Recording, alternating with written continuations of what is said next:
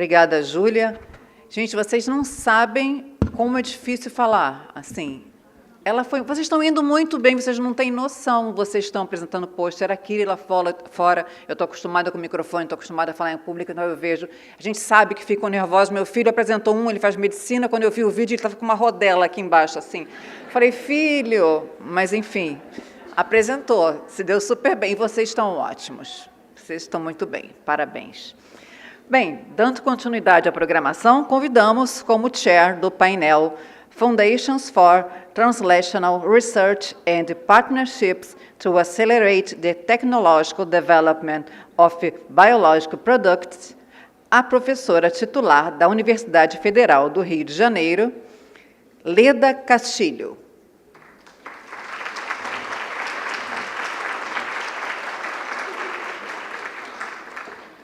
Senão é lá que meu filho estuda. Ela é doutora em Engenharia Bioquímica pelo German Research Center for Biotechnology e Technical University, na Alemanha. É mestre e graduada em Engenharia Química pela UFRJ, tem experiência na área de Engenharia Bioquímica e Biotecnologia Farmacêutica, atuando principalmente nas áreas de clonagem e expressão de proteínas em células de mamíferos, cujo cultivo de células animais e purificação de biomoléculas, com ênfase no desenvolvimento de tecnologias avançadas para a produção de biofármacos, insumos para testes, diagnósticos e vacinas, e na UFRJ é lotada no Programa de Engenharia Química da COP, onde coordena o Laboratório de Engenharia de Cultivos Celulares. É docente permanente também do Programa de Pós-Graduação em Bioquímica.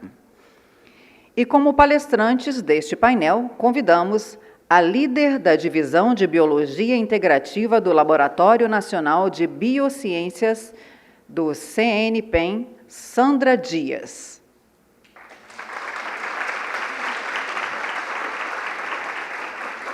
Ela vai fazer a apresentação National Center for Research in Energy and Materials, CNPEM, Cutting Edge Science to Tackle Global Health Challenges.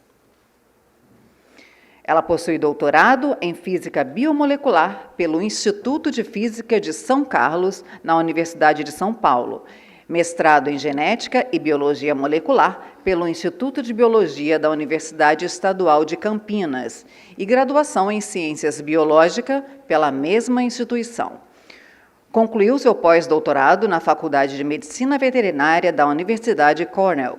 Em sua pesquisa, utiliza técnicas desde biologia molecular e celular até bioquímica e biologia estrutural para esclarecer as complexas interações que ocorrem na progressão do tumor. O vice-diretor de Inovação de Biomanguinhos, Ricardo de Godoy.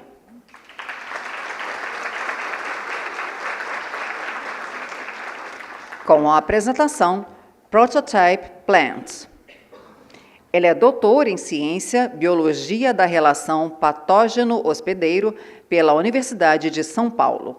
É especialista em Bioinformática pelo Laboratório Nacional de Computação Científica e graduado em Ciências Biológicas pela USP. Tem experiência nas áreas de genética, bioinformática, epidemiologia, saúde digital e ciências de dados, com ênfase em genética humana e médica, atuando principalmente nos seguintes temas: genética de populações, genética epidemiológica e estudos de associação, ligação e análise de segregação complexa. Atuou como vice-coordenador do Comitê de Governança de Tecnologia de Informação e Comunicação da Fiocruz e no Grupo de Coordenação do Enfrentamento da Pandemia de Covid-19 da Fiocruz. Foi coordenador da Fiocruz Rondônia e coordenador-geral de Planejamento Estratégico da Fiocruz. É membro do Comitê Gestor do Instituto Nacional de Epidemiologia da Amazônia. E para a apresentação online, convidamos o diretor de desenvolvimento da Bharat Biotech, Rashis Ella, que fará a apresentação Infrastructure to Accelerate Innovation in Vaccines.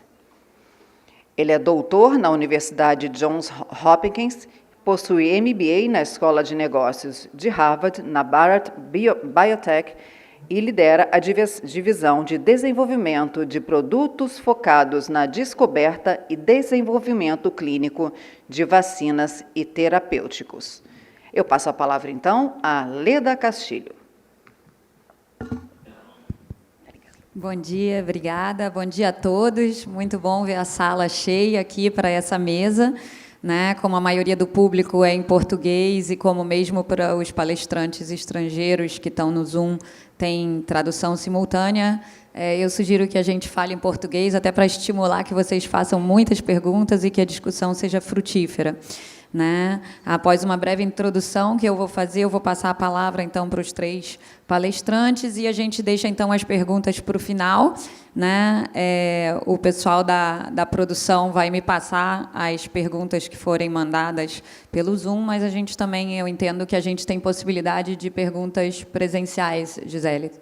Tá, perfeito. Então, podem mandar perguntas pelo aplicativo ou podem fazer perguntas também presenciais e as perguntas serão ao final. Né? Então, a nossa mesa de hoje tem como tema fundamentos para a pesquisa translacional e para parcerias para acelerar o desenvolvimento tecnológico de produtos biológicos. E esse é um tema de fundamental importância para o Brasil e também para o mundo. Né? A área de biológicos é muito importante para a saúde humana. E é num momento interessante que a gente vai estar discutindo esse tema, porque é um momento em que o ecossistema, né, eu que atuo na UFRJ como professora da UFRJ, né, nosso laboratório completou ano passado 20 anos, o Laboratório de Engenharia de Cultivos Celulares, que é dedicado ao desenvolvimento de tecnologias para a produção de biológicos produzidos em células animais.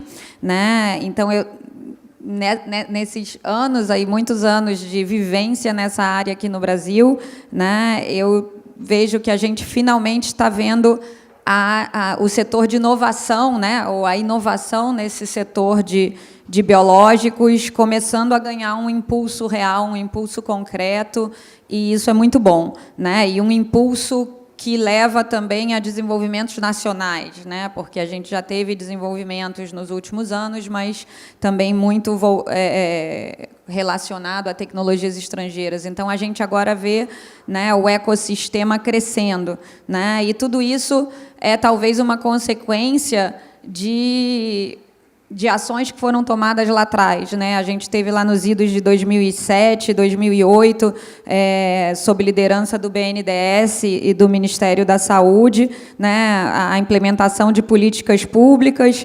Né? O BNDES identificou, naquele momento, algo que ainda é real hoje, mas a gente está numa tendência de melhoria, que era o grande déficit da balança comercial brasileira na área da saúde, né, em especial na área de biológicos. Então, o BNDES identificou que essa era uma área muito importante de ser desenvolvida no Brasil.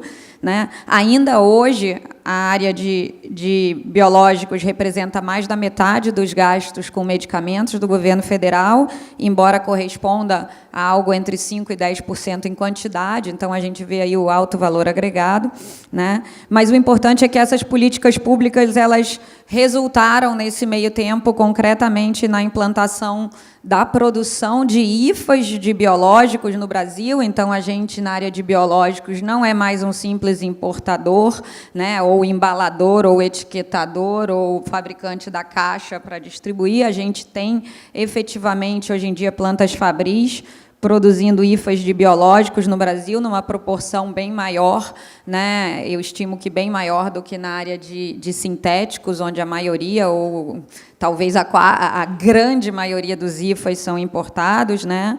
Em especial da China e da Índia. Então, na área de biológicos, essas políticas públicas lá de 2007, 2008 tiveram desdobramentos, né? E, de forma muito importante, as parcerias para o desenvolvimento produtivo, as PDPs, permitiram, né, que esse desenvolvimento se desse não só no setor privado, mas também no setor público. Biomanguinhos é um grande exemplo disso, envolvido em várias PDPs e fornecendo vários biológicos para o SUS.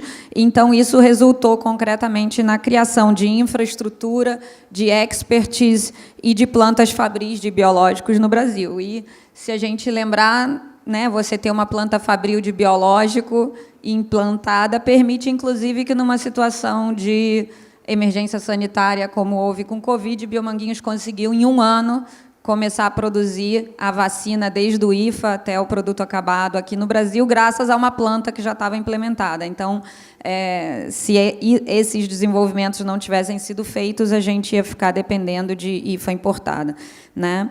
Mas os IFAs de biológicos que são hoje produzidos no Brasil ainda são frutos de transferência de tecnologia de empresas estrangeiras. E eu, como pesquisadora da área, né, gostaria muito de ver cada vez mais desenvolvimentos de tecnologias autóctones, tecnologias nacionais, né, inclusive para a gente poder voltar para produtos que olham para os problemas brasileiros, ou para a gente conseguir fazer desenvolvimentos por custos menores. E eu vejo com muito otimismo que, então, esse ecossistema, voltando ao início do que eu falei, esse ecossistema está ganhando impulso, está se tornando pujante, né? Eu vou citar 5 exemplos, né?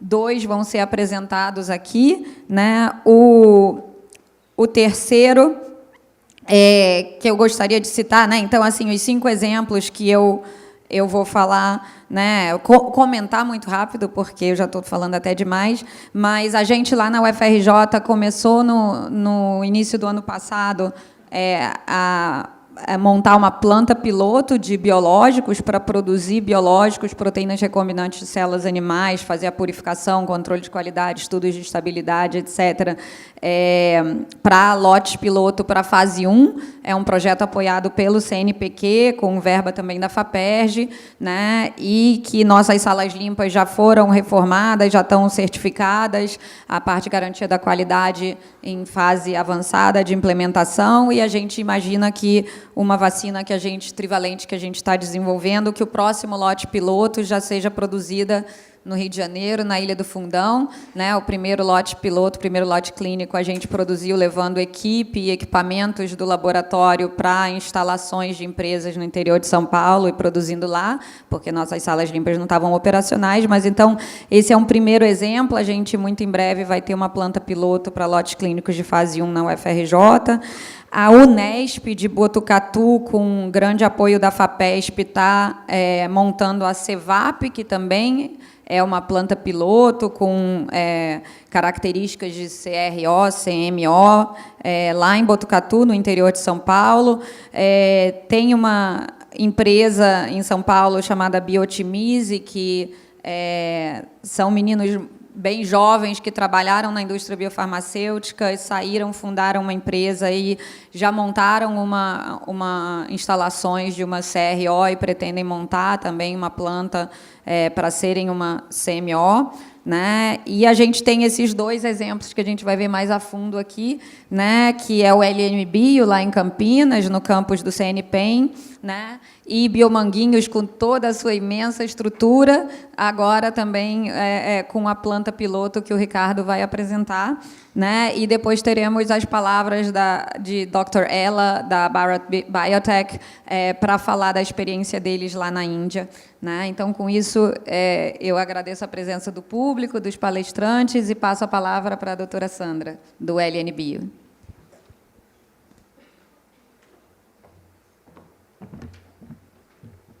Deixa eu ajustar o microfone. Olá, bom dia, tudo bom? Todo mundo me ouvindo? Bom, gente, é um prazer estar aqui hoje, eu agradeço muito o convite e gostaria de começar dizendo que eu estou aqui hoje com muito orgulho representando a nossa diretora, Maria Arruda, a qual a gente carinhosamente conhece e chama como Guta. Tá? Então, eu estou aqui no nome dela e também no nome dos demais diretores e o diretor-geral, para poder falar um pouco sobre a nossa instituição, o CNPEM, o Centro Nacional de Pesquisa em Energia e Materiais, e, com um pouco mais de detalhes, falar sobre o Laboratório Nacional de Biociências e como a gente acredita que a gente pode contribuir para essa, né, rede de pesquisa e desenvolvimento na área de imunobiológicos.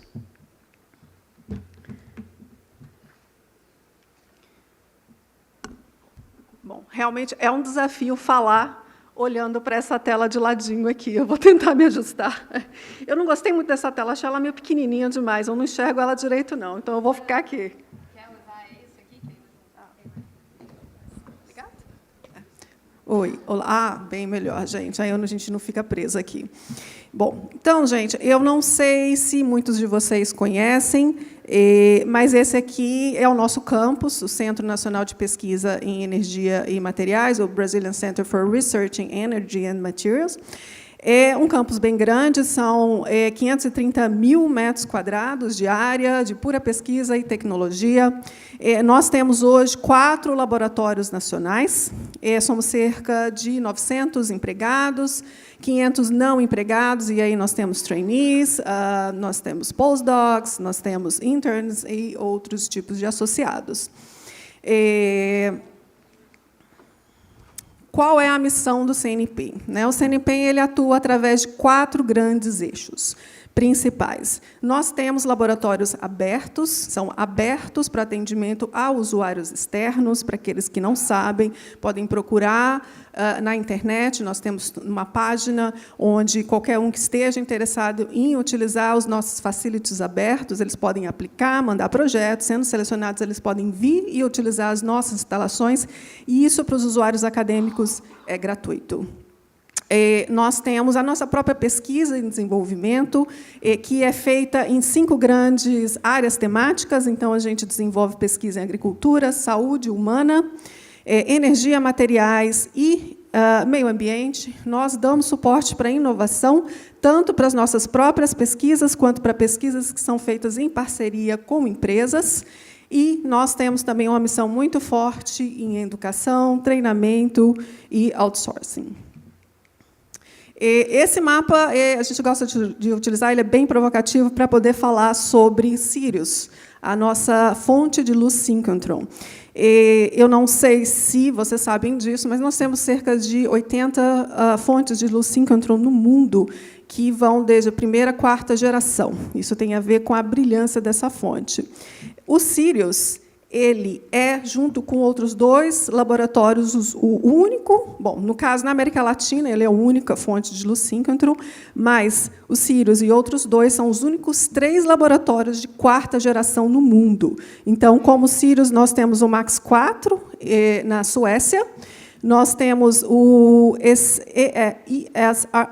em Grenoble, que é um laboratório multiusuário europeu, e o Sirius aqui no Brasil. Então, só tem 3 laboratórios de 4ª geração, que é o tipo mais moderno, e o Sirius é um deles. Então, isso aqui é um feito que eu acho que é muito importante todo mundo saber para ficar orgulhoso. Nós temos esse único laboratório na América Latina, e ele é um dos 3 mais potentes do mundo. Nós estamos terminando a fase 1 de implementação das linhas de luz no Sirius. Nessa fase 1, nós vamos ter 14 linhas de luz operando. Hoje já tem 7 operando, as outras 7 elas estão ou em comissionamento, sendo instaladas, ou estão em construção. Falando um pouquinho sobre o laboratório de nanotecnologia, eles desenvolvem pesquisas em nanobiotecnologia, nanomateriais e device. Eu trouxe essa informação aqui porque eles trabalham com nano e microfabricação, e muito dos kits de diagnósticos que eu vi sendo apresentados aqui, eu entendo que é, obviamente, interesse de vocês, podem ser produzidos por eles, e, de fato, eles têm parcerias com várias instituições para esse tipo de desenvolvimento.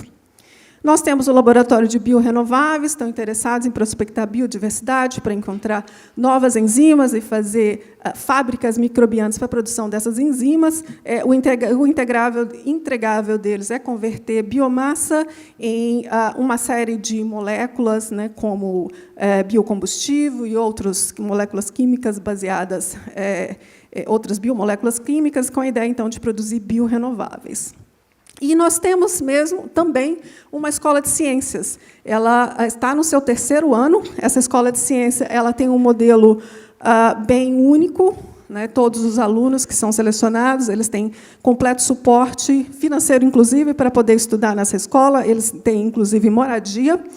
E ela trabalha com um modelo de ensino que não é muito comum nas nossas universidades, porque ele é baseado no desenvolvimento de projetos. E, finalmente, o que vai ser o nosso 5º laboratório, o Orion. É um laboratório de máxima biocontenção, né? Então, vai ser possível trabalhar no Orion com organismos nível 3 e 4. Esse laboratório ele começou a ser construído, vai ser anexado ao Sirius. E, claro, nesse laboratório, que vai ser um grande laboratório, uma grande área, vai ser possível desenvolver todo tipo de estudo que é relacionado com doenças infecciosas, e, com esses estudos, nós vamos desenvolver, e isso, bom, né, quando a gente fala nós, lembrando que uma missão importante do CNPq é dar apoio à ciência, a pesquisa e desenvolvimento no resto do país. A expectativa é que o Orion, assim como o Sirius, e assim como todos os outros laboratórios, ele seja aberto a usuários externos. Então, a gente vai oferecer a possibilidade para que pesquisadores no Brasil, que pesquisadores no mundo, possam vir e utilizar nossas instalações para essas pesquisas.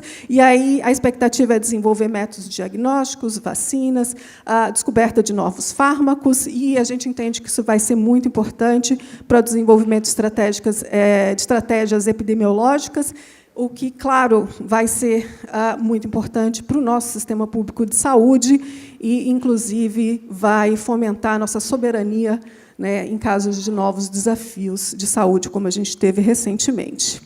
E o que é especialmente único? O que é especial? O que é único sobre o Orion que precisa ser dito? O Orion vai ser o único laboratório nível 4, BSL-4, no mundo que vai ter linhas de luz diretamente atachadas, ligados a ele. Quais vão ser essas linhas de luz? Nós vamos ter 3 linhas de luz para estudos de tomografia de raio-x. Elas vão ser chamadas de sibipiruna, hibiscus e timbó. E, com essas linhas de luz para tomografia de raio-x, vai ser possível estudar células até um nível de organelas. Nós vamos poder estudar tecidos e órgãos, tudo, né? Então, a gente está falando de tomografia de raio-x, então, estudos em 3 dimensões, e mesmo nós vamos poder fazer estudos com animais vivos. Tá? Então, essa é uma capacidade única, nenhum laboratório no mundo, nível 4, tem esse tipo de capacidade, isso vai ser mais um motivo de orgulho para a gente. E por que Orion? O Sirius, não sei se você sabe, é a estrela mais brilhante que a gente tem no céu. E Orion é uma constelação que está próximo, em escala astronômica, próximo do Sirius. E vocês podem ver aqui que no Orion a gente tem as 3 Marias. Então, isso faz uma analogia bonita, poética, entre qual é a relação que a gente tem do Sirius com o Orion, porque a gente tem as 3 linhas de luz entrando no Orion, né, fazendo ali uma bela analogia com como o Sirius se encontraria com essas 3 Marias. E, finalmente, falando do Laboratório Nacional de Biociências, qual é a missão nossa? Usar biologia integrativa para entender saúde e doença, e, fazendo isso, a gente espera dar suporte para o desenvolvimento de soluções de saúde para o Brasil. Nós somos capazes de trabalhar com a matéria viva em todas as suas escalas, indo desde pequenas moléculas até organismos. E como que a gente consegue fazer isso? Por causa da nossa expertise em bioquímica de proteínas e biofísica. Essa expertise ela é o nosso core, né? O LNBio nasceu como um laboratório de início, suporte à nossa antiga fonte de luz síncrotron. Então, era um laboratório que dava suporte à linha de cristalografia de proteínas dessa nossa fonte antiga. Então, essa é a nossa atividade, é a atividade que a gente vem fazendo por mais tempo. Hoje em dia, a gente tem capacidade de trabalhar com células em vários níveis de complexidade. Então, os cultivos básicos 2D, 3D, bioimpressão, microfluídica. Nós temos um laboratório para estudar que trabalha com modelos em vivo, um biotério, e nós temos a capacidade de fazer edição gênica desses animais. É uma capacidade que ela não é muito comum no Brasil, então a gente tem autonomia para a produção desses animais transgênicos. E, claro, biologia computacional, que hoje está movendo cada vez mais no sentido de usar os algoritmos de inteligência artificial para resolver problemas, né, ligados à saúde. Nós temos 5 divisões no LNBio, 2 divisões que a gente chama de Discovery Science, e essas divisões de Discovery Science é onde nós fazemos as nossas pesquisas, onde nós temos atuando os nossos grupos de pesquisa. Um foco muito importante do trabalho de pesquisa que a gente faz lá é entender mecanismos moleculares de doenças. Então, a gente está muito interessado em entender esses mecanismos de doença em nível molecular e em nível celular. E esses grupos de pesquisa eles têm trabalhado, então, com vírus, bactérias, doença de Chagas. Na outra divisão, que é chamada de Divisão de Biologia Integrativa, a qual eu lidero, nós temos realizado estudos em câncer, em doenças do neurodesenvolvimento, doenças cardiovasculares, e, é claro, sempre usando biologia computacional para suportar todo esse trabalho. Nós temos a divisão que é chamada Advanced Health Technology Clusters, ou divisão de tecnologias de saúde avançada. Nessa divisão, nós temos o nosso pipeline de drug discovery, que utiliza primariamente produtos da nossa biodiversidade, produtos naturais da biodiversidade.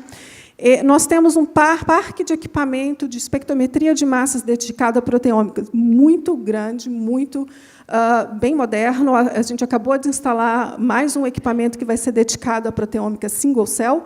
Então, vai ser o primeiro laboratório que vai ser capacitado a realizar esse tipo de experimentação. Nesse laboratório de proteômica, a grande missão dele é, então, descobrir marcadores e descobrir alvos para diversas doenças, e também tem iniciado estudos de proteômica estrutural. Nós temos um laboratório de engenharia de tecidos que está acabando de ser movido para uma nova área nesse laboratório de engenharia de tecidos. Então, a gente é capaz de fazer cultura 3D, microfluídica, e estamos desenvolvendo protocolos de medicina regenerativa, o laboratório de edição gênica, que eu já comentei, e, finalmente, nós estamos implementando um laboratório de imunobiológicos que tem a missão de fazer pesquisa e desenvolvimento para imunobiológicos. Eu vou falar, então, um pouquinho mais sobre esse laboratório, o que a gente tem implementado até agora. Nós estamos colocando ele em pé através do desenvolvimento de um anticorpo monoclonal, mas ele é um projeto piloto. A expectativa é que ele, na sua capacidade, possa atender diferentes projetos de imunobiológico ou biológicos de uma maneira geral. Desculpa, antes vou falar da nossa quinta divisão, essa é a divisão de Facilities em Serviços, onde nós temos a coordenação de todos os laboratórios especializados que a gente tem no LNBio. Esses laboratórios, então, nos dão a capacidade para fazer expressão, purificação de proteínas, produção de biomoléculas, como peptídeos e oligonucleotídeos. A gente tem capacidade de fazer caracterização dessas moléculas, proteínas e as demais, por cristalização, por ressonância magnética, várias metodologias de espectroscopia e calorimetria. Nós temos capacidade para fazer high throughput and high content screening, microscópicos para microscopia óptica. Então, o nosso biotério de estudos em vivo, cultura celular, genômica, transcriptômica, metabolômica e nossas capacidades para biologia computacional. Falando, então, um pouco mais sobre o nosso pipeline de imunobiológicos, eu vou enfatizar aqui onde a gente entende que a gente pode contribuir mais para a rede de pesquisa nessa área no Brasil. Não é sempre que, quando você tem um alvo para ser almejado com um biológico, com um imunobiológico, você sabe exatamente como que esse imunobiológico precisa ser, e, frequentemente, você precisa fazer o design desse biológico para que ele tenha o máximo de efetividade. Então, a nossa missão tem sido, e cada vez mais, né, a gente recebeu recentemente do nosso diretor-geral a informação que a gente precisa entrar cada vez mais forte em inteligência artificial. A gente já tem feito isso, mas, definitivamente, a gente vai colocar o pé no acelerador, porque a gente entende que esses métodos, esses algoritmos que têm sido lançados, eles são extremamente importantes, e a gente entende que eles têm não substituído completamente, mas eles têm uma capacidade enorme de acelerar pesquisa em proteínas, né? E aí, claro, quando eu estou falando em imunobiológicos, né, pensando especialmente em proteínas. Aqui eu só quero fazer trazer uma informação, fazer uma provocação. Esses dados não são nossos, são do David Becker's Lab, que é um papa em design de proteínas. Esse paper saiu em dezembro do ano passado, e eu não sei quanto a vocês, eu sou da área de biologia estrutural, mas eu fiquei espantada de saber que hoje você consegue desenhar proteínas que não existem na natureza ao redor de um alvo. Então, essa publicação saiu agora recente. Eles, utilizando um peptídeo, que é um hormônio, no caso, eles conseguiram desenhar um ligante, uma proteína. De novo, não existe ela na natureza, foi inventada por um computador, tem alta afinidade por esse alvo e, claro, pensando no desenvolvimento de imunobiológicos, esse peptídeo pode ser um antígeno e você pode desenhar, por exemplo, um biosensor para esse peptídeo. Uma outra informação, e isso saiu ontem, eu tive que adicionar na apresentação, não sei quantos são familiares com esse, quantos de vocês têm familiaridade com esses programas, mas esse AlphaFold ele entrou para revolucionar a biologia estrutural de proteínas, acabou de sair a última versão dele, e ele conseguiu predizer com alta acurácia a proteína spike de um coronavírus, com alta acurácia. Então, essa aqui é uma molécula predita que tem muita similaridade com a molécula que foi determinada experimentalmente, inclusive trazendo os anticorpos e os sítios de glicosilação associados. Então, esse é onde está o céu hoje, onde está o limite. O que a gente tem feito até então? A gente tem desenvolvido protocolos para modelar a interação de TCR com MHC e antígenos. Isso tem sido feito num projeto de colaboração para desenhar vacinas baseadas em célula T. Nós também temos desenvolvido projetos onde, dado uma conhecida estrutura de anticorpo, o TCR com seu antígeno, os pipelines computacionais eles podem prever mutações que vão melhorar a afinidade ou modificar o modo de interação do anticorpo, do TCR, com o antígeno, dessa maneira, evoluir esses anticorpos, desenhar novos anticorpos. Bom, nós acabamos de instalar a nossa capacidade para... Desculpa, voltando um pouquinho antes. Então, uma vez desenhado essa sequência, né, que a gente espera que seja a sequência ideal para almejar o alvo, né, terapêutico, é claro, né, faz engenharia genética para introduzir essa sequência dentro das células. Você precisa, então, selecionar, e aí eu acho que eu estou falando algo aqui que é o básico, é óbvio para todo mundo, você precisa selecionar o clone celular que tem maior capacidade de produção desse imunobiológico. A gente acabou de instalar um equipamento, então, para poder fazer a seleção dessas células, né, desses clones que têm a máxima produção do imunobiológico. Estamos instalando nossa capacidade para poder, então, fazer a expansão dessas colônias. E isso tudo, no nosso novo laboratório, está começando a operar. E, quando ele estiver em plena capacidade, a nossa expectativa é poder entregar Research Cell Banks para a comunidade, para aqueles que desenvolverem projetos junto com a gente. E, no futuro, isso vai ser feito em BPL. Bom, finalmente, esse aqui é meu último slide. Essa é a área onde a gente acredita que a gente pode dar a nossa maior contribuição para a comunidade de imunobiológicos, que é a caracterização dos complexos de biológicos, podendo ser eles imunológicos, imunobiológicos e o alvo, né? E a gente pode auxiliar muito nessas caracterizações, especialmente do ponto de vista de biologia estrutural. Isso porque a gente tem a nossa fonte de luz síncrotron, e, através da fonte de luz síncrotron, você pode caracterizar essa interação em nível atômico usando cristalografia de proteínas, pode fazer uma caracterização do ponto de vista de comportamento em solução usando Small Angle X-ray Scattering, estrutura secundária e terciária usando dicroísmo circular. Nós temos no Laboratório Nacional de Nanotecnologia esse microscópio, que é chamado de Titan Cryos. É um microscópio eletrônico super poderoso. O Rio de Janeiro acabou de adquirir um e está instalando um microscópio desse também, então vão ser 2 no país. E, com esse microscópio, você pode fazer uma técnica chamada criomicroscopia eletrônica de partículas únicas e resolver a estrutura desses complexos, também em nível quase atômico. E, finalmente, no LNBio, dado o parque de equipamentos que a gente tem, eu espero ter convencido que a gente é capaz de auxiliar em vários ensaios de caracterização funcionais da interação da biologia com o alvo, usando biologia celular, espectroscopia e calorimetria. Então, do ponto de vista das técnicas biofísicas, a gente tem ressonância plasmônica, espalhamento de luz, fluorímetros, centrifugação, ultracentrifugação analítica, só para dizer alguns deles. Realmente, as capacidades são muitas. E, de novo, eu quero evocar o nosso parque de espectrômetros de massa para proteômicas, que é muito grande, é bastante moderno, onde é possível fazer sequenciamento ab initio das proteínas e estudos de modificações pós-tradicionais, incluindo glicosilação. Então, é isso, gente. Eu gostaria muito de agradecer, então, a oportunidade de falar sobre o CNPEM, falar sobre o LNBio. Eu deixo aqui o e-mail da diretora, Maria Arruda. Se alguém tiver interesse em desenvolver algum projeto em específico com a LNBio, por favor, contacte ela para entender como que isso poderia operar. Aqueles interessados em usar os nossos facilities como usuários externos, coloquem no Google CNPEM, instalações abertas, vocês vão chegar na página e vão entender como que vocês podem aplicar com seus projetos. Tá bom? Muito obrigada.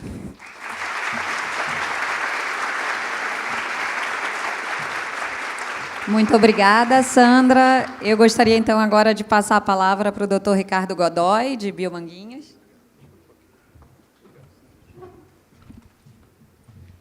Ricardo, vou te dar um toque quando tiver passado uns 12 minutos, mais ou menos. Tá bom?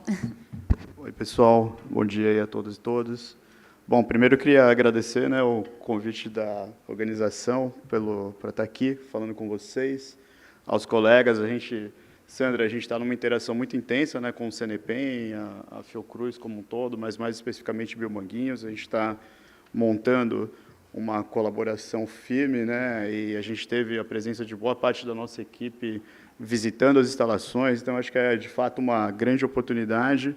E está ficando claro, né, como a Leda falou, agradecendo também a sua abertura aí, o crescimento do ecossistema, né? E aí acho que a gente tem que estar cada vez mais perto de ter os nossos próprios produtos, né? Enfim, eu vou passar aqui por 4 tópicos principais, né? Essa apresentação, boa parte dela foi preparada pela Elaine, que é a chefe do departamento piloto de Biomanguinhos. Inclusive, assim, eu tinha expectativa que ela pudesse fazer essa apresentação, mas, em função de algumas outras situações, eu que vou fazer. Tá? Mas eu queria agradecer a Elaine pelo trabalho realizado. E vou passar rapidamente por uma visão da Fiocruz, para a gente entender o contexto, né, Biomanguinhos, e depois um pouquinho da planta piloto e algumas perspectivas de colaboração. A Fiocruz ali é uma instituição centenária, né? A gente está presente no Brasil, em diversos estados, a gente está presente também no exterior e tem uma intenção de atuar cada vez mais internacionalmente. E essa presença, ela também se reflete numa atuação em diversos campos, né? Então, a gente tem atuação na produção de biológicos, na produção de fármacos, mas também no ensino em diversos níveis, né, com uma rede de pós-graduação e diversos programas, níveis de excelência na CAPES. A gente tem ensino técnico, a gente tem uma área toda dedicada à comunicação em saúde. Enfim, a gente atravessa vários processos da saúde, né, e esse aspecto quase que singular da Fiocruz, ele traz algumas oportunidades e imensos desafios, né, para a gestão desse sistema, né, e a gente tem sempre o foco em atender as demandas da sociedade brasileira e cada vez mais a demandas internacionais, com um relacionamento direto ao Ministério da Saúde, a gente faz parte do Ministério da Saúde, e atuamos aí também, né, em diversos campos da pesquisa básica. Então, esse slide ele tenta fazer, desculpa estar em português, eu sei que parte da audiência está recebendo uma tradução, mas esse slide, infelizmente, eu não consegui ajustar ele aí para estar em inglês, né? E aí a gente tem, no âmbito desse sistema, a gente tem Biomanguinhos, né, que é o organizador desse evento aqui, e a gente atua, um pouco mais recente, apesar das atividades que são feitas em Bio já serem anteriores a Biomanguinhos, né? Mas foi fundado em 1976, a gente está comemorando o nosso aniversário aí sexta-feira passada, né? Então o ISE se relaciona a isso. A gente tem uma grande expertise em fabricação, inovação, transferências de tecnologias, e atuando também na área de ensaios clínicos e farmacovigilância. Então, eu acho que nesse contexto, né, alguns números de suprimento que a gente tem nos últimos anos, e nesse contexto a gente tem um portfólio muito amplo, né, que passa de vacinas para a área de diagnóstico, biofármacos, e, enfim, estamos avançando para novas fronteiras, né? Está aí a equipe, aí, o Todd e o time todo, Rosana, que estão trabalhando muito firmemente na questão das terapias avançadas e terapia celular. Então, é um portfólio em expansão, né, que traz desafios em expansão também, né? E, nesse contexto, a gente também sempre atuou, né, em respostas a desafios de situação de saúde, emergências. Estamos agora lidando com algumas situações também, em relação à dengue, em relação à própria situação da tragédia que a gente está vivenciando no Rio Grande do Sul. Enfim, então, a Biomanguinhos sempre está respondendo a essas necessidades, e eu acho que isso faz parte do impulso que a gente tem, né? E a gente também tem que trabalhar para ter menos emergência, né? Eu acho que esse componente da preparação e prevenção, e aí a gente ter a vacina nessa base, a vacinação é fundamental para isso tudo. Um dos pontos aí da mesa hoje, né, é falar um pouco sobre parcerias. Aqui são alguns dos parceiros de Biomanguinhos, né, que vêm desde a sua fundação, atuando em diversos produtos. São uma série histórica muito resumida, né, enfim, mas que coloca alguns grandes marcos, né, e que mostra que as parcerias são feitas tanto no Brasil quanto no exterior e com países de diversos continentes. Enfim, eu acho que esse movimento todo é fundamental, né, para o desenvolvimento das nossas atividades. A gente, então, vou falar um pouquinho mais da diretoria de inovação, né, ou da inovação em Biomanguinhos. São 4 eixos principais de atuação. É claro que tem interfaces, tem outras áreas que a gente trabalha, tem a questão da prestação de serviços tecnológicos, que está sendo cada vez mais relevante, mas a gente tem o desenvolvimento interno, a pesquisa interna com produtos próprios, né, novos produtos. A gente tem otimização dos nossos processos, e esse campo também é um campo muito relevante para quem já tem um grande número de produtos no portfólio. Então, essa área de melhoria é uma área muito relevante no nosso contexto, né, e que exige e demanda boa parte do nosso trabalho. A gente tem também, no âmbito da inovação, toda a área de transferência de tecnologia, né, e a área médica, né, que a gente colocou aí como ensaios clínicos, mas que tem diversas outras atribuições, né, desde a própria avaliação de novos projetos. A gente sempre tem que ter um olhar da relevância dos produtos, sobre como eles vão ser eventualmente implementados, se a gente chegar lá, né? Então, essa visão de ponta a ponta, que muitas vezes falta ter para alguns produtos, né? A gente, muitas vezes, tem um grau grande de dedicação a descoberta e, às vezes, a gente deixa de olhar um pouco sobre as possibilidades de uso, né? E com o crescimento de oportunidades de descoberta, né, as metodologias elas estão se ampliando, né, o acesso a novas metodologias, felizmente, está crescendo, né, e com isso, os desafios, né, a gente vai falar um pouco na próxima mesa dos vales da morte, né, do desenvolvimento tecnológico, eles vão mudando de locus, né, e se aproximando cada vez mais do usuário final. Eu acho que esse ponto é um ponto que está num debate muito intenso, que vem ganhando cada vez mais força e que faz parte de uma outra dimensão de fronteira de discussão que a gente vai ter que cada vez mais se organizar, a gente com essas novas infraestruturas, né, e com o Brasil, que tem tantos desafios, como a gente conversa melhor entre essas plantas e entre parceiros com competência tecnológica para que a gente tenha um melhor alinhamento aí sobre quais são os problemas que a gente vai resolver, né? A gente tem, no âmbito da VDINV, diversas plataformas, né, e competências de atuação, né? A gente consegue atuar praticamente em todo as etapas do desenvolvimento tecnológico. Temos avançado para ter uma qualidade cada vez maior no âmbito dos nossos desenvolvimentos, então estamos buscando avançar para boas práticas laboratoriais na maioria dos espaços, enfim, são grandes desafios que a gente tem à frente, não estamos lá ainda, mas assim, temos buscado, e alguns dos nossos novos projetos eles já estão sendo feitos inteiramente sob esse guarda-chuva, né? Então, eu acho que isso é uma fronteira aí que a gente já está ultrapassando para os nossos novos produtos. E aí a gente chega um pouco na planta piloto em si, né?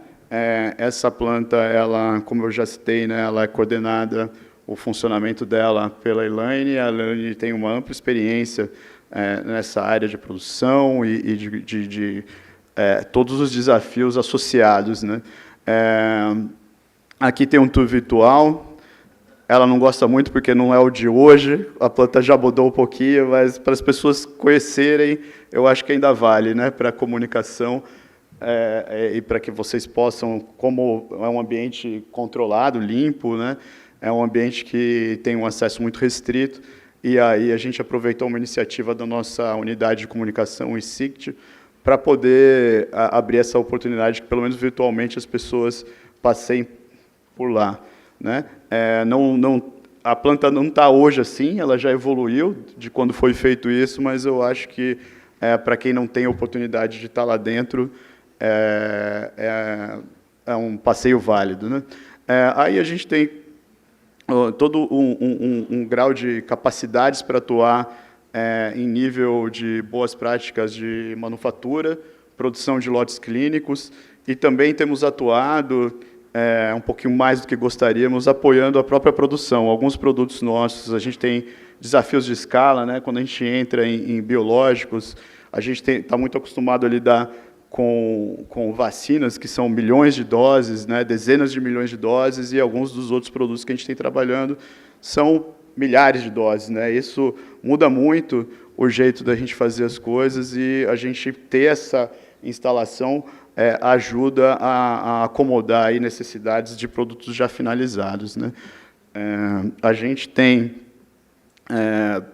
3 grandes grupos de área, né? A gente trabalha lá com eucariotos, culturas de célula, com procariotos, e também uma área especificamente para processamento final, né? Que a gente faz já a formulação, preenchimento, liofilização e finalização de produtos. Então, a gente consegue ter produtos já que estão em mercado, então a planta opera GMP, e a gente também trabalha com os novos produtos que a gente está fazendo, né? A gente tem agora uma possibilidade importante de avançar numa vacina nova na plataforma de mRNA que a gente está trabalhando, né? E que o fato da gente ter essa planta poupou aí, sei lá, talvez 1 ano de desenvolvimento, de uma interação com um novo parceiro, enfim, né? E a gente também consegue, apesar do produto estar sendo desenvolvido em boas práticas laboratoriais, quando ele vai entrar para boas práticas de fabricação, para chegar no ensaio clínico, é todo um novo aprendizado que é gerado, né? Uma série de novos processos, de verificação de qualidade, enfim. Então, essa experiência encaixada nesse ecossistema de inovação, ela está sendo fundamental para Biomanguinhos, né? E a gente espera que, com o tempo, à medida que a gente vá ajustando isso e aprenda a utilizar melhor essa planta, a gente possa abrir ela mais para outros parceiros, né? E nesse sentido, a gente conseguir acelerar não só o nosso próprio desenvolvimento, mas o desenvolvimento de produtos de outros parceiros nacionais, né, internacionais, enfim, a gente vai ir trabalhando cada vez mais nessa perspectiva. A gente tem a capacidade instalada de produção de lotes clínicos, né, e a partir desse ativo, e acho que a partir até da fala agora de hoje, a gente conversar melhor, né, com outros agentes desse ecossistema, para que a gente consiga, né, o objetivo maior de fortalecer o Sistema Nacional de Inovação. Então, era esse o recado aí que eu queria dar com vocês e agradecer novamente a oportunidade. Obrigado.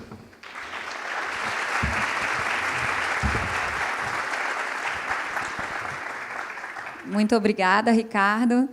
A gente agora vai passar para a apresentação. Let's switch to English. And welcome Dr.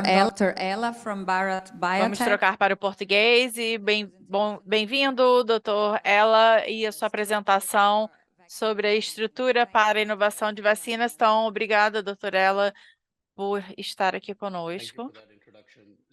Obrigada por essa apresentação. Eu troquei para o inglês e eu espero que vocês me ouçam e entendam o que eu estou falando. Eu gostaria de agradecer a organização da Fiocruz e do Biomanguinhos por essa oportunidade para falar sobre a forma, o tipo de infraestrutura que é preciso para ter para fazer esse tipo de iniciativa. E eu trabalho aqui na Baratech Biotech, e eu vou falar sobre um estudo de caso, e quando a gente fala da inovação das vacinas, aquelas que são mais produzidas são a vacina da Covid-19, e eu gostaria de falar aqui em formas de 4 pilares que eu acho que são muito importantes na inovação da vacina. A primeira é a visão, que tipo de organização para a qual você trabalha?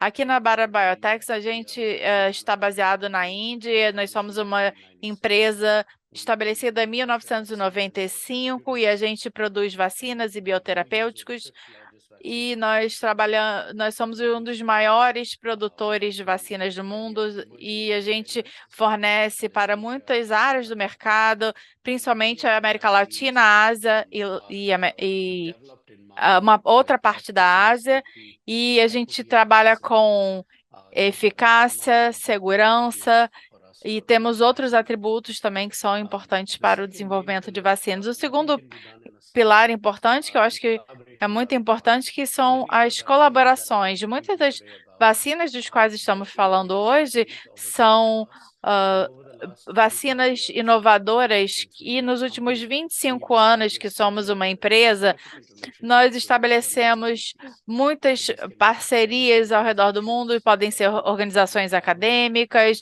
organizações de pesquisa de doenças infecciosas governamentais e também outras instituições.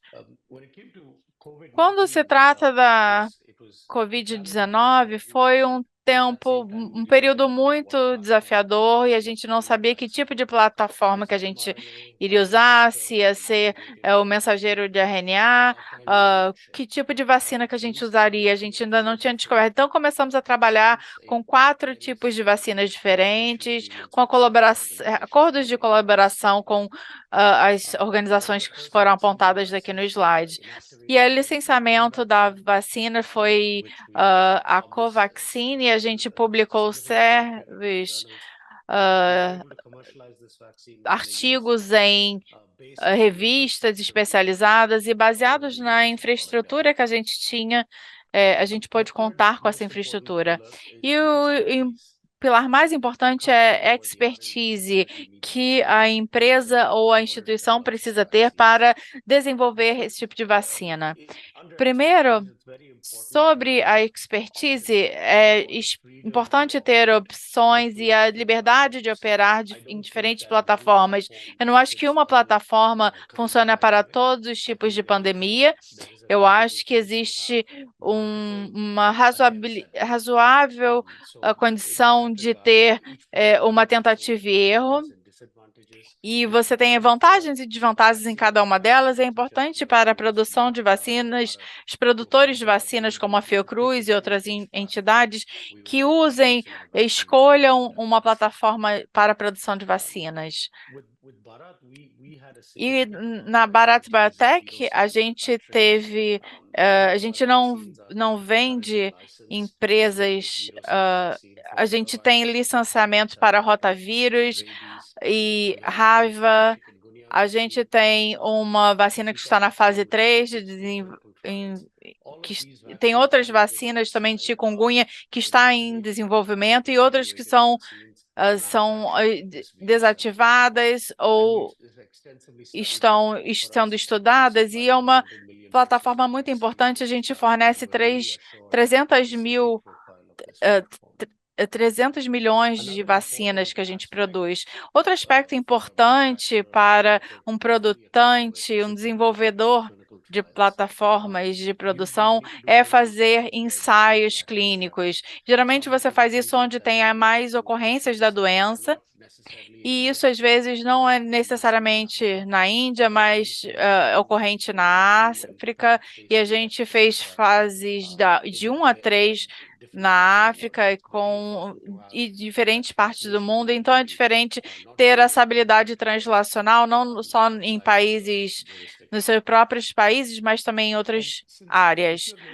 Então, quando você está fazendo uma vacina inovadora, elas precisam estar licenciadas em termos de eficácia, então você não vai ter uma resposta imunológica. E também é importante para um desenvolvedor ou um produtor que tenha essa habilidade de gerar dados que sejam eficazes. E aqui a gente embarcou em estudos de fase 3 e 4, e com amostras muito amplas em ensaios de perto de 300, 400 indivíduos, e desde chikungunya, colera, febre tifoide, e a gente fez uma parte grande desses ensaios ao redor do mundo.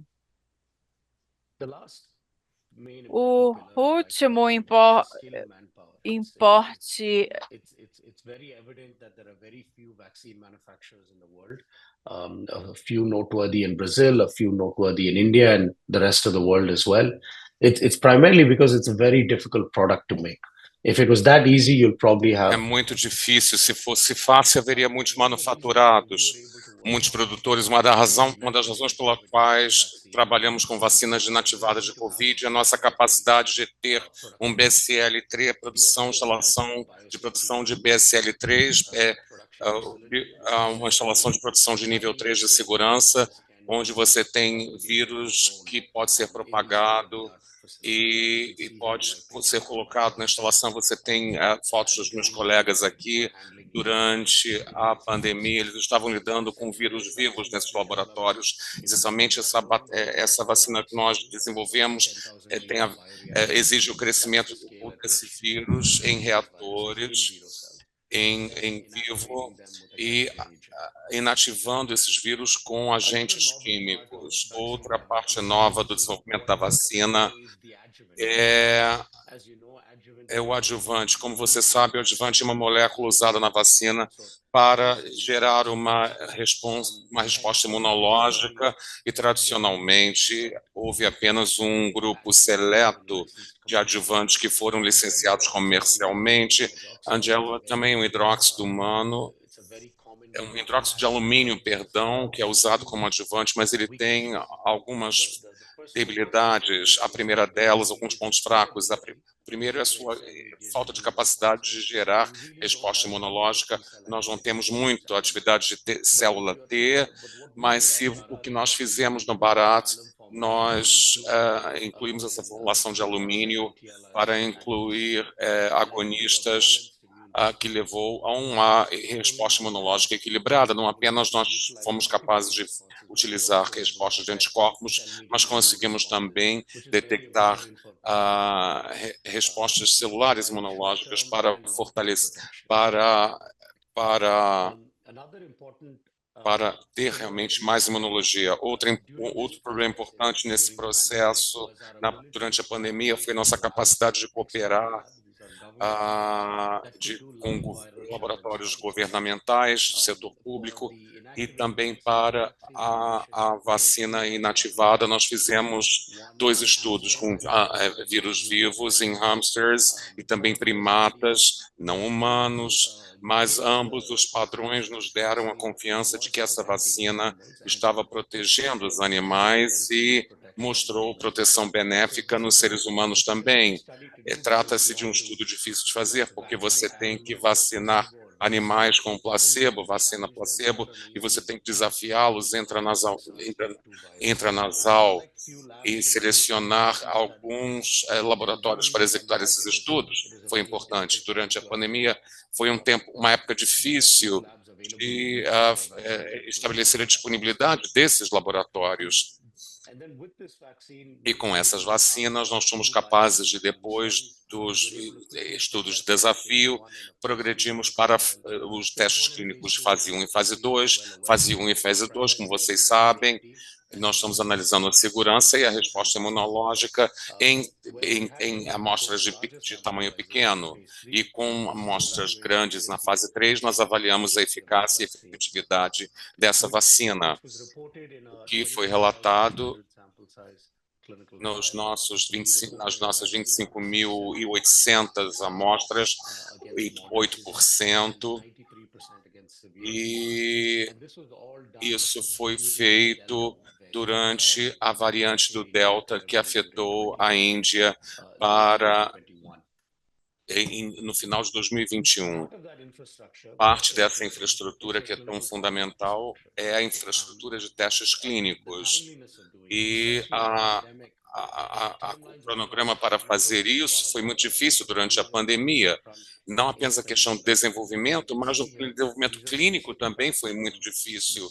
Nós temos aqui dados do teste clínico de fase 3 que conduzimos, muitas das coisas, muitos aspectos do planejamento do teste clínico, que exigiu entre uma semana e 2 semanas, foi levado para uma semana.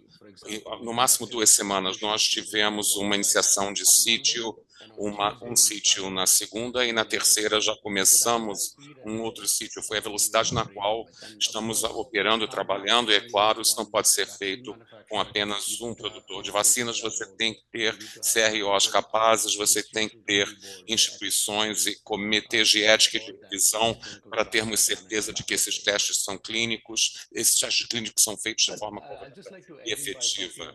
Eu gostaria de terminar falando de outra vacina interessante que nós acabamos de licenciar, intranasal contra a Covid, e isso vem de o nosso interesse de que as vacinas parentais que você injeta não conseguem impedir a infecção e a transmissão. E esse foi um dos pontos que nós tivemos que lidar na pandemia. Todas as vacinas que foram licenciadas foram todas injeções. Como vocês sabem, elas não conseguiram impedir infecção e transmissão. Nós colaboramos com a Universidade de Washington em St. Louis para desenvolver uma vacina intranasal, na esperança de que ela seria benéfica contra infecções e transmissão. Uma das razões principais pelas quais selecionamos essa vacina é que os nossos colaboradores validaram essa vacina em 3 diferentes desafios com animais. É o mesmo estudo de desafio com vírus feito em hamsters e primatas que nos deu realmente uma quantidade suficiente de evidências e provas de que essa vacina não apenas protegia o trato respiratório, mas protegia também da infecção no trato respiratório mais alto, na parte mais alta e mais baixa do trato respiratório. Nós escalamos a vacina e conduzimos vários testes de fase 1, 2, 3, testes clínicos, levaram a licenciamento, comparando justamente leituras entre vacinas injetáveis e intranasais. Ainda estamos tentando avaliar essa vacina e a forma como funciona essa vacina contra a infecção e transmissão. Estamos explorando também diferentes tipos de estudos clínicos.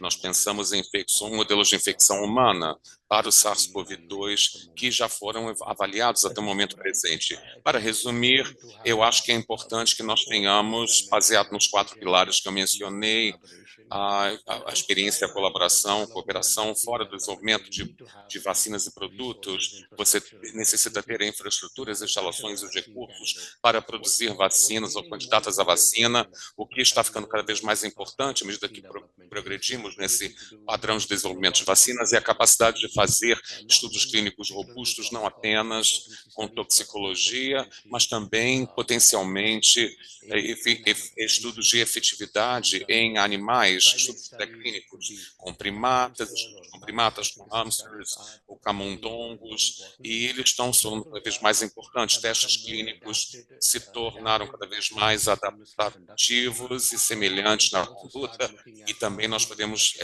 ver como os modelos de infecção humana nos auxiliarão e a forma como esses estudos também podem ser integrados no nosso plano de desenvolvimento clínico.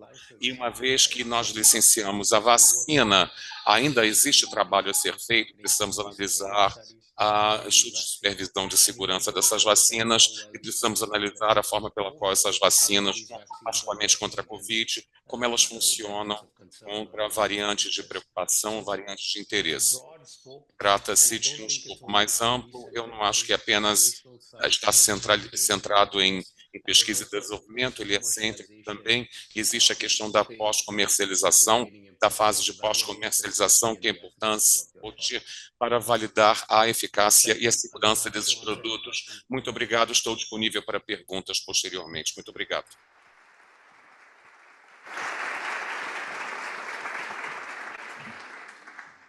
Thanks, Dr. Ella, for the excellent presentation.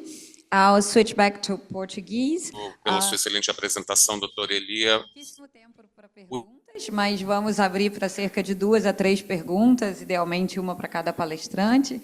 Então, eu estou vendo aqui que online ainda não recebi nenhuma. Por favor.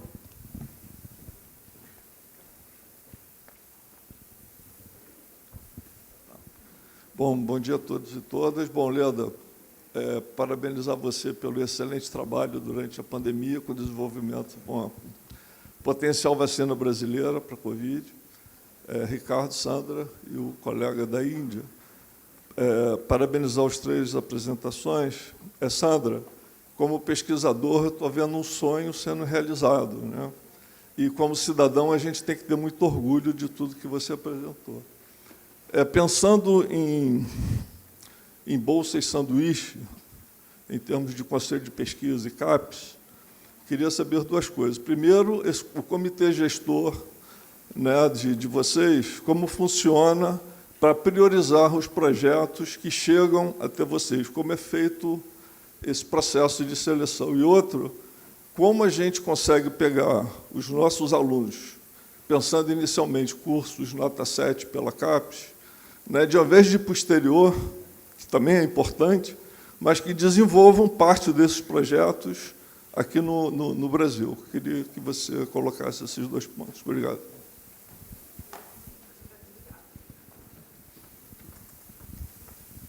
Oi. Desculpa, eu esqueci seu nome? José. Ok. José Paulo, do IOC e CNPq. Obrigada, José. Obrigada pela excelente pergunta. Bom, nós, como eu coloquei, né, inicialmente, nós temos essa grande missão de ofertar esses vários laboratórios que a gente tem, os facilities para a comunidade de usuários no Brasil, né, tanto acadêmicos quanto empresariais também. a maneira como esses projetos eles são selecionados acaba ficando um pouco dentro do formato de cada laboratório. Então, cada laboratório opera da sua forma distinta. Para alguns facilities, basicamente, você aplicou para o projeto, você consegue acesso. Para outros, claro, você precisa fazer uma seleção. Isso tem a ver com a complexidade do facility e o número de propostas que são enviadas. Tá? Então, para o Laboratório Synchrotron, existem comitês de avaliação que é composto por pesquisadores internos e também usuários externos, e esses comitês eles são específicos para cada linha. Então, os projetos são enviados, eles são avaliados no conjunto, né? Então, é uma análise comparativa, eles são selecionados e é feita uma divulgação e alocação de tempo para que eles possam usar. No LNB, hoje, nós temos 4 laboratórios que são abertos a usuários, a expectativa é expandir, então, muito em breve, nós vamos ter pelo menos mais 4, né? Ou talvez 6, no total de 10 laboratórios, e aí, de novo, cada laboratório vai ter a sua própria dinâmica, dependendo do fluxo de projetos que são enviados. Tá?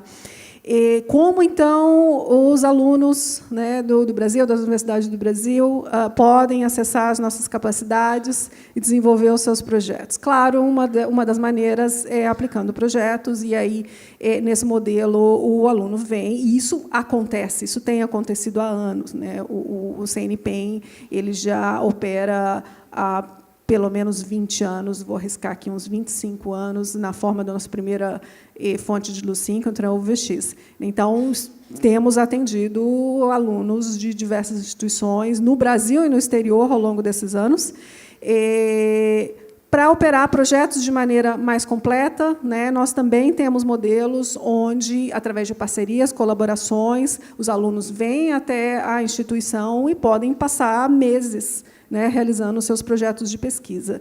Tá? Isso acaba ficando a critério, então, de termos um grupo de pesquisa que tem uma afinidade para se poder fazer uma colaboração. Isso depende dos contatos que são estabelecidos. E agora, no LNB, com a nova direção, a expectativa é fazer chamadas para projetos, né, no sentido de que esses projetos sejam realizados quase na sua totalidade lá. Né? Isso é a expectativa para o futuro. Obrigada, Sandra. Temos tempo para mais uma pergunta? Obrigado. Bom, parabéns pela mesa, está excelente. Ricardo, meu nome é Renato Astraia, eu sou do Instituto Butantan, pesquisador. Ricardo, eu queria saber, né, nessa planta piloto que vocês têm, qual que seria, a gente fica pensando no modelo de negócio, né? O modelo de negócio que vocês planejam seria mais de parcerias ou de serviços? E também como é que a gente consegue competir, né, com esse serviço externo, né, contratado no exterior, em relação à questão de custo e velocidade, né? Porque a gente sabe que a velocidade aqui para a gente adquirir insumos para um novo projeto e tal, isso pode ser um impeditivo, né? Você já tem isso mapeado? Oi. Bom, obrigado aí, pela questão. Aproveito e informo que o Paulo Leroux está nesse momento lá, então até por isso um pouco a Elaine não esteve aqui conosco, né, para tratar de uma parceria nossa em trocar experiências na produção de mRNA. Né? Então, a gente está desenvolvendo esse modelo literalmente agora, né, com vocês. Então, o que a gente está... Primeiro, a gente está estabilizando o uso interno. A gente é uma instalação relativamente nova, né? E aí estamos a partir de uma interação estratégica, né, para receber nossos projetos de extensão de tecnologia e inaugurando esse modelo agora com o Butantan, literalmente. Então, hoje, o Paulo está lá, né, está com a Elaine, está com a Patrícia, que é a coordenadora do projeto, e a gente vai buscar um diferencial qualitativo. Então, a gente fez melhorias de processos do desenvolvimento e na fabricação do nosso protótipo de mRNA, e é por aí que a gente vai buscar se destacar, né, a partir de um diferencial mesmo tecnológico, inovativo no processo produtivo. Então, a gente está com a primeira instalação GMP, assim, está em fase final, né, de lotes de engenharia de uma nova plataforma, né, que faz a produção automatizada, e é por aí que a gente vai buscar esse caminho. A gente não vai buscar, por enquanto, uma competição de volume ou de valor financeiro, né? e exatamente como vai se desenvolver a relação a partir daí de hoje com o Butantan, a gente vai determinar, mas é muito... o foco inicial vai se dar em projetos estratégicos para o país e para a organização, né? Então, a gente está materializando isso hoje e, quem sabe, ano que vem a gente conta um pouquinho melhor essa história aí, ou num outro fórum. Tá? Obrigado aí pela pergunta. Renato, talvez eu possa contribuir um pouco também. A gente, durante a pandemia, foi correr atrás de orçamento de várias CMOs e CROs no exterior para diferentes partes do desenvolvimento de vacinas, e a gente sabe custos que são da ordem de milhões de dólares e coisas que depois a gente conseguiu fazer no Brasil por uma fração bem menor desse custo. Então, eu acho que o potencial é muito grande, né? Inclusive, a gente até já compartilhou com a Helena Caride, de Bio, e com outros pesquisadores, a gente conseguiu ir descobrindo, por exemplo, a certificação de bancos celulares.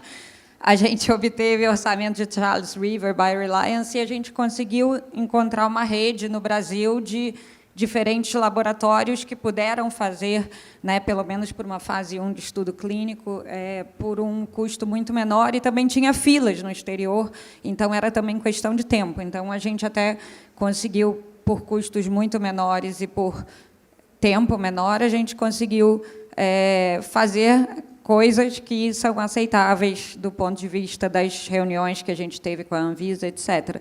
Né? E eu acho que é a questão de seguir o que o Ricardo falou, né? Da gente tentar fazer uma rede, né, entre essas instituições. A indústria biofarmacêutica, ela tipicamente faz outsourcing, então mesmo as grandes biotechs do mundo, as grandes farmacêuticas do mundo, elas fazem outsourcing de várias etapas de P&D, de várias etapas de desenvolvimento, né? Então, a LN Bio apresentou o que pode suprir a Biomanguinhos também. Eu comentei das várias instituições que eu sei que estão sendo, comentando o que o colega da Barrett falou da importância, né, das parcerias com o Biotérios, NB3, para fazer estudos de desafio, para ver eficácia de vacinas. A UFRJ tem um NB3 multiusuário. O segundo criomicroscópio que tem no Brasil, que você falou também, é multiusuário na UFRJ. Então, para além do nosso laboratório, da nossa planta piloto, a parte de caracterização, de ensaios de desafio também, a UFRJ aí está disponível. E eu acho que a gente tem que, então, seguir.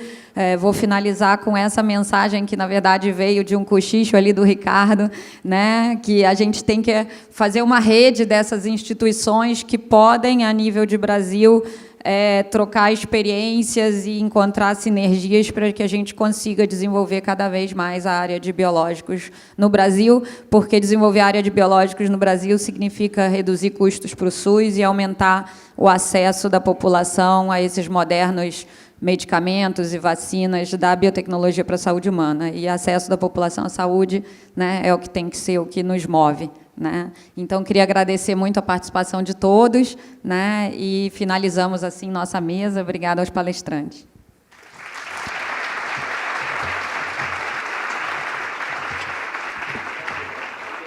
Obrigada, Leda, pela sua moderação. Obrigada também aos palestrantes.